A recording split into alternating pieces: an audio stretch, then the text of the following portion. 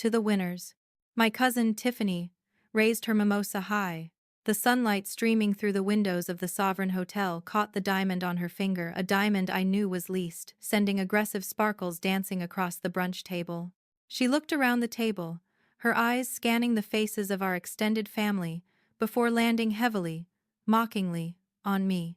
And, she added, her voice dripping with that specific brand of pity that is actually venom. To those of us who are still figuring it out. The table chuckled. My Aunt Linda patted Tiffany's arm. Oh, don't be mean to your cousin Tiff, Linda said, though her smile was tight and cruel. Elena is trying, in her own way. Not everyone is cut out for the corporate ladder. I'm just saying. Tiffany sighed, leaning back into the velvet booth, her sequined dress rustling. It's New Year's Day. We're entering a new era. I'm entering it as the newly promoted Vice President of Marketing. I have a corner office. I have a future. She gestured at me with her flute, splashing a little orange juice onto the white tablecloth. And Elena? Well, Elena is entering it wearing a sweater she's probably had since college, driving a sedan, and waking up at noon because she has nowhere to be. It's tragic, really. 32. No husband. No job title. Just drifting. But we love her anyway. Someone has to be the cautionary tale, right? I looked at the bubbles fizzing in my glass. I didn't drink. I looked at Tiffany's smug, triumphant face. Cautionary tale. I repeated softly. Don't be bitter, Elle, she snapped. Just enjoy the meal. I'm paying for it. Consider it charity. I smoothed the napkin on my lap. She thought she was the queen of the morning. She didn't realize that the corner office she was bragging about was located in a building I had acquired 3 days ago. And she certainly didn't know that the man walking through the double doors behind her, the CEO she worshipped, wasn't coming to celebrate her promotion. He was coming to ask for my permission to keep his job. To understand why my cousin felt comfortable reducing my entire existence to a punchline, you have to understand the ecosystem of the Vance family. We trade in volume. Loud achievements. Loud cars. Loud luxury. Tiffany is 32. The same age as me. She works in marketing. She wears logos like armor. If a bag doesn't have a giant LV or Good Game plastered on it, she thinks it's trash. She lives in a condo she can't afford, drives a leased Mercedes, and posts photos of vacations she puts on credit cards. She is the success story. Then there is me, Elena. To my family, I am the gray mouse. I live in a quiet building in the city. I drive a reliable 4-year-old Volvo. I wear monochromatic clothes. Black turtlenecks, charcoal wool trousers, simple loafers. When they ask what I do, I tell them I work in investment strategy. To Tiffany, that means I'm a bank teller. To my Aunt Linda, that means I'm a glorified secretary filing papers for important men. Oh, Elena, Linda loves to say at Christmas, handing me a gift card to Target. I saw a hiring sign at Tiffany's office building.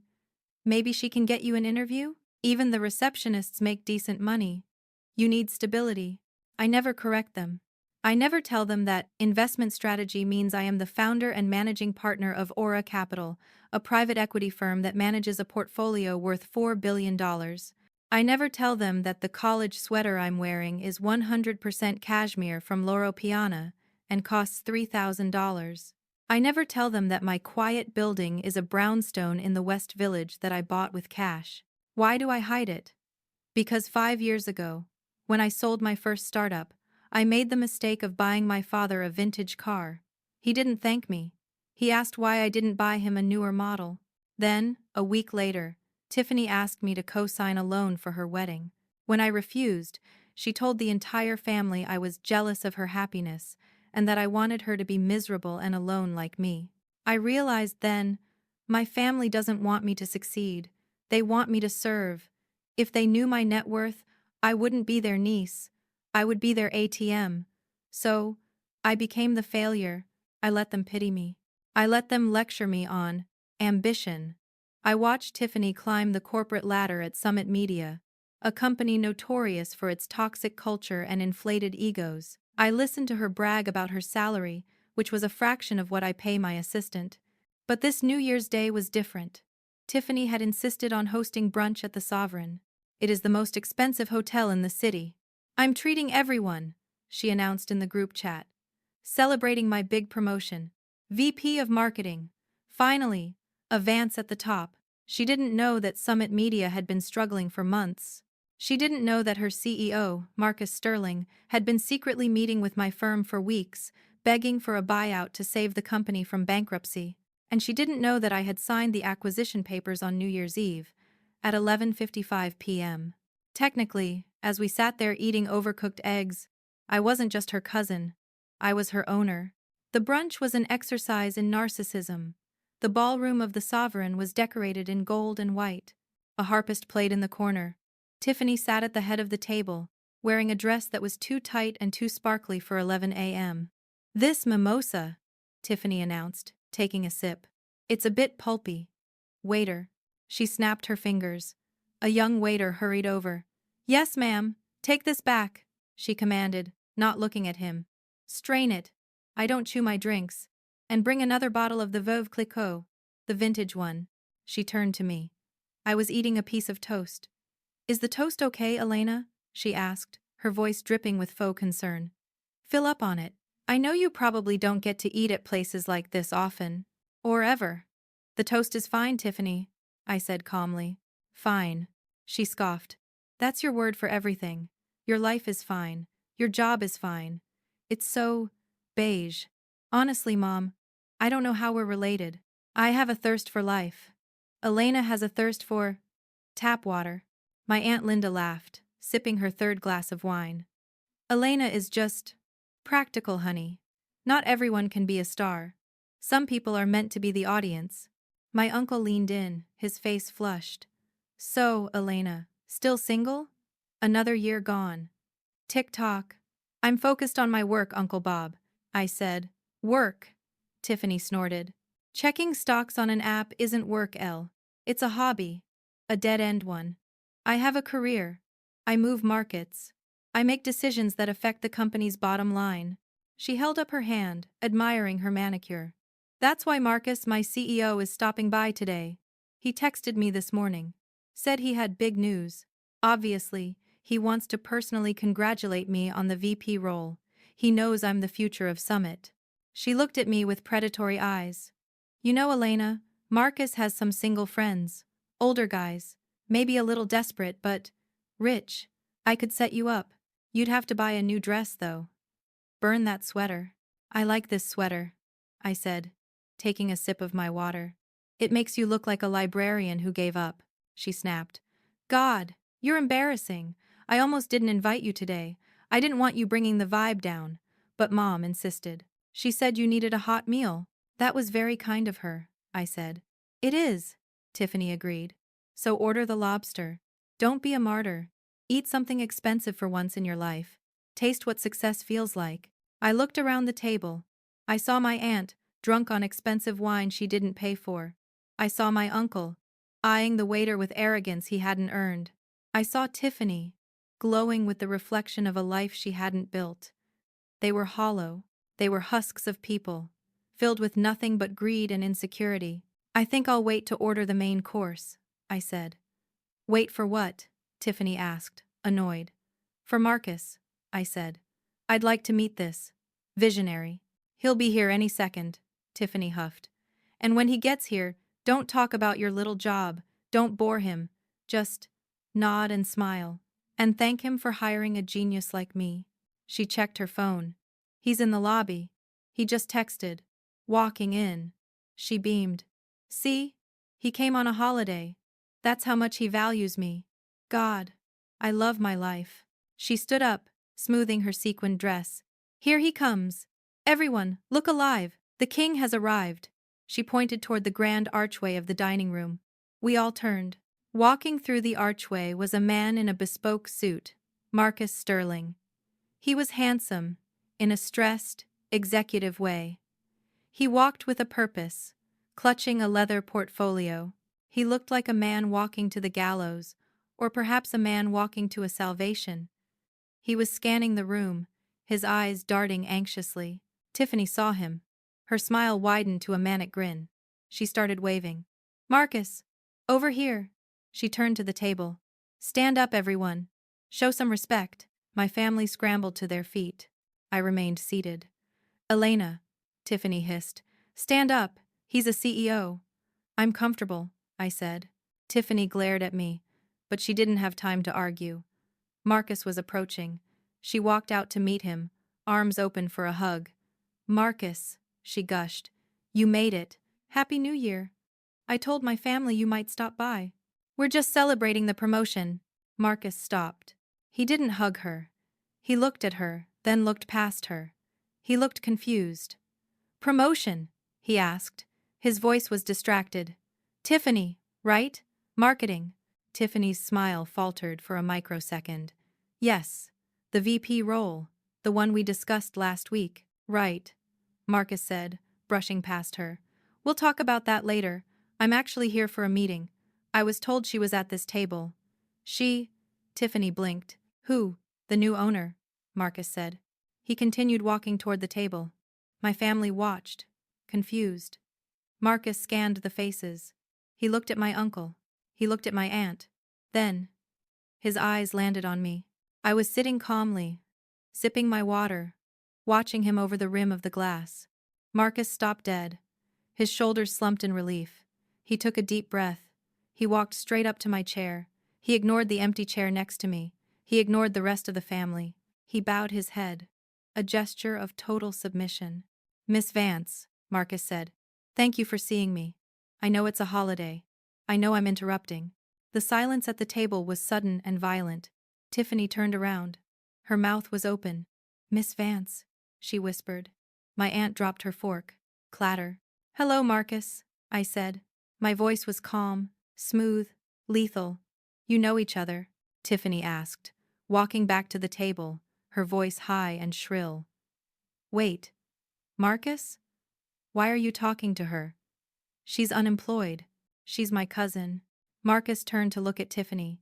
He looked at her like she was a hallucination. Unemployed? He asked. He looked back at me. A look of terror crossed his face. Miss Vance, did you not tell them? I prefer to keep my business private, Marcus, I said. Unlike some people. I stood up slowly. I smoothed my cashmere sweater. Tiffany, I said. Marcus isn't here to celebrate you. Then why is he here? She demanded. He's the CEO. He runs Summit. He runs the operations. I corrected. I own the equity. Tiffany blinked. What? I own the company. Tiffany, I said. As of midnight last night, Aura Capital acquired Summit Media in a hostile takeover. I am the managing partner of Aura. The sound of the room was a vacuum. The air left the lungs of 10 people simultaneously. Tiffany looked at me. Her eyes were wide, glassy circles of confusion. Her brain was trying to process the information, but the cognitive dissonance was too strong. You! She squeaked. You! You drive a Volvo. It's armored, I said. You wear sweaters. Cashmere, I said. No logos. Just power. I looked at Marcus. Marcus, did you bring the personnel files I requested? Yes, Miss Vance. Marcus said, opening his leather portfolio. I have the restructuring plan right here. He handed me a thick document.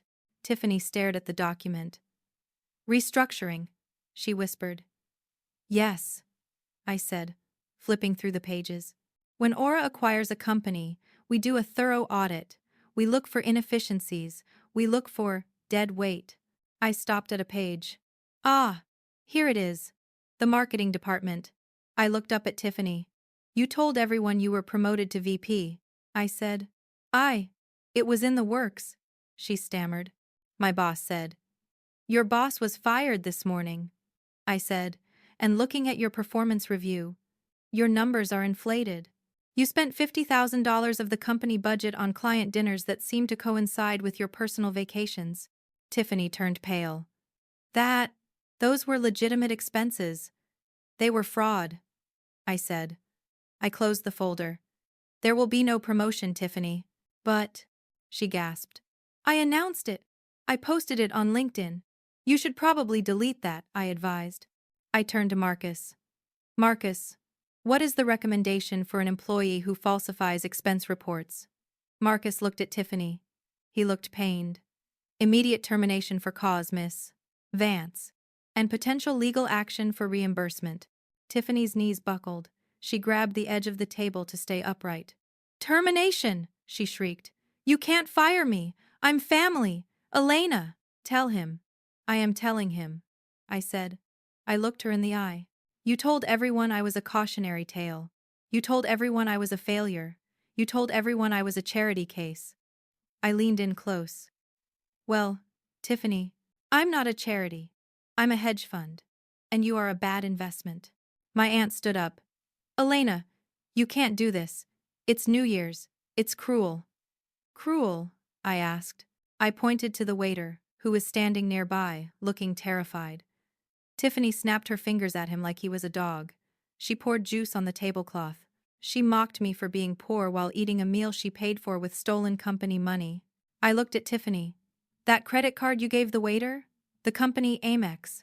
Tiffany clutched her purse. It's declined, I said. I froze all corporate accounts at 9 a.m. Tiffany turned to the waiter.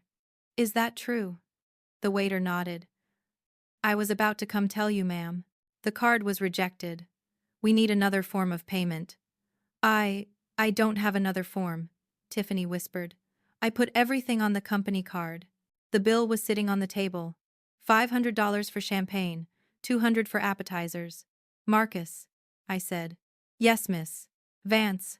Does the company cover personal celebrations for terminated employees? No, ma'am. I looked at my family. Well, I said, it looks like you're going to have to chip in. I hope you all brought your wallets. Or maybe you can wash dishes. Elena, Tiffany wailed. Please, I have rent. I have a lease on the Mercedes. The Mercedes you leased through the company fleet program. I asked. Yes, we're repossessing it, I said. Marcus, have security meet her at the valet stand. Done, Marcus said. I picked up my purse. I'm leaving, I said. I have a real celebration to attend, with people who don't need logos to feel important. I looked at Marcus. You can stay, Marcus. Enjoy the brunch. Put it on my personal tab. I pointed at Tiffany. But her? She pays for herself. I walked toward the exit. Behind me, the room erupted. Elena! My aunt screamed. Come back here. My car. Tiffany sobbed. How will I get home? Take the bus, I said, without turning around. It builds character. I walked through the lobby of the Sovereign. The staff nodded at me respectfully. They knew. News travels fast in luxury hotels. I walked out to the valet stand. My Volvo was waiting. It was clean. It was paid for. Behind it, a tow truck was backing up to a silver Mercedes. Tiffany ran out of the hotel, screaming, waving her arms. No! No! That's my car. The driver ignored her. He hooked up the chains. I watched from my driver's seat. I saw my aunt yelling at the valet. I saw my uncle trying to count cash to pay the bill. I saw Tiffany collapse on the sidewalk in her sequined dress, watching her status symbol get dragged away. She looked small. She looked cheap. The fallout was absolute. Tiffany was fired. The company sued her for the $50,000 in misappropriated funds. She had to declare bankruptcy. She moved back in with her parents. She sends me emails sometimes. Apologies. Begging for a reference. I don't reply. I forwarded them to HR. Do not rehire. I wrote. My family treats me differently now. They are terrified of me. They realized that the gray mouse was actually a panther. And they realized that when you poke a panther, you don't get scratched. You get eaten. I'm currently in Paris. I'm working from a balcony overlooking the Seine. I'm wearing my old college sweater. It's comfortable. I don't have a loud family to brunch with. I don't have a fake title to brag about. But I have my peace. I have my empire. And I have the satisfaction of knowing that sometimes, the best way to win the game is to buy the stadium. If you enjoyed this story of corporate takeover and family karma, hit that like button and subscribe. And remember, never insult the unemployed relative. They might just be on a sabbatical from running the world. See you in the next one.